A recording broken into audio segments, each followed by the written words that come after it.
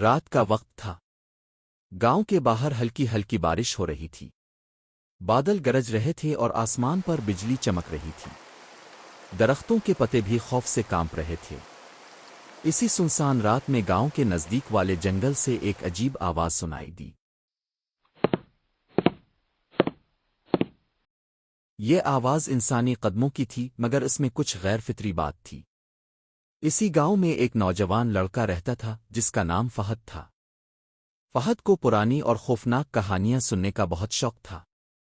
گاؤں کے بزرگ اکثر اسے منع کرتے تھے کہ رات کو باہر نہ نکلا کرو، خاص طور پر اس جنگل کی طرف نہ جانا۔ وہاں ایک بدرو بھٹکتی ہے۔ سر کٹا انسان۔ عجیب داستان۔ فہد نے کئی بار اس داستان کو سنا تھا۔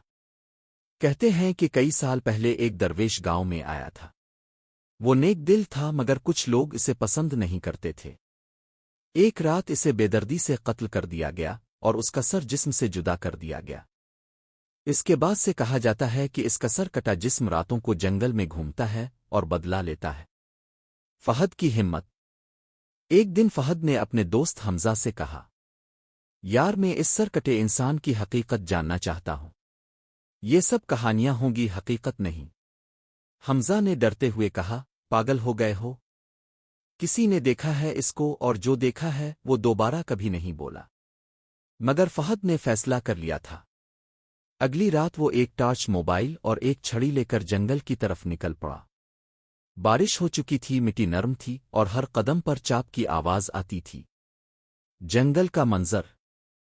جنگل میں داخل ہوتے ہی فہد کو ایک عجیب سی سد ہوا کا سامنا ہوا۔ درختوں کے سائے ایسے لگ رہے تھے جیسے کوئی کھڑا ہو۔ فہد نے ٹارچ جلائی اور آہستہ آہستہ آگے بڑھنے لگا۔ کچھ ہی دیر میں اسے ایک درخت کے نیچے کچھ حرکت محسوس ہوئی، جیسے کوئی بیٹھا ہو۔ فہد نے روشنی کی، مگر وہاں کچھ نہ تھا۔ اچانک پیچھے سے ایک آواز آئی، تو میرے علاقے میں کیا کر رہا ہے؟ فہد نے پیچھے موڑ کر دیکھا اور اس کی سانسیں رک گئیں۔ ایک انسان کھڑا تھا، لیکن اس کا سر نہیں تھا۔ سر کٹا انسان۔ سر کٹا انسان بالکل سفید لباس میں تھا۔ اس کا جسم خون سے بھرا ہوا تھا اور ہاتھوں میں زنجیریں تھیں۔ اس کا وجود زمین پر نہیں بلکہ ہوا میں معلق تھا۔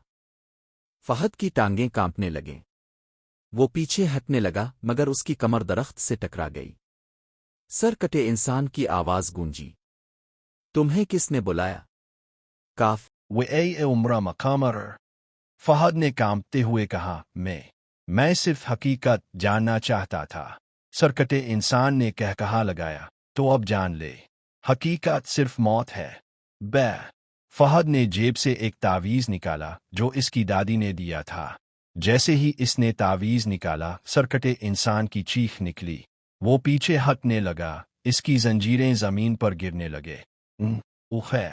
فہد نے زور سے تعویذ اس کی طرف اچھالا اور ساتھ ہی سورت الفلق پڑھنا شروع کی۔ روشنی کی ایک کرن نمودار ہوئی اور سرکٹا انسان چیختا ہوا دھواں بن کر فضا میں تحلیل ہو گیا۔ فہد زمین پر گر گیا، پسینے میں شرابور، دل زور زور سے دھڑک رہا تھا۔ وہ کسی طرح ہمت کر کے گاؤں واپس آیا۔ اگلی صبح گاؤں والوں نے اسے گرجا کے سامنے بے ہوش پایا۔ اس نے جب آنکھیں کھولیں تو سب کو اس ہولناک رات کے بارے میں بتایا۔ فہد کی کہانی پورے گاؤں میں پھیل گئی۔ لوگوں نے اس جگہ پر قرآن خوانی کی اور جنگل کے دروازے پر تعویذات لٹکائے۔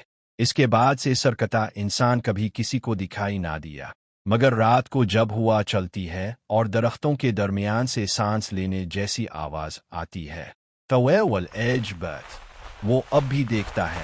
صرف اس کا جسم نہیں، اس کی روح ابھی آزاد ہے۔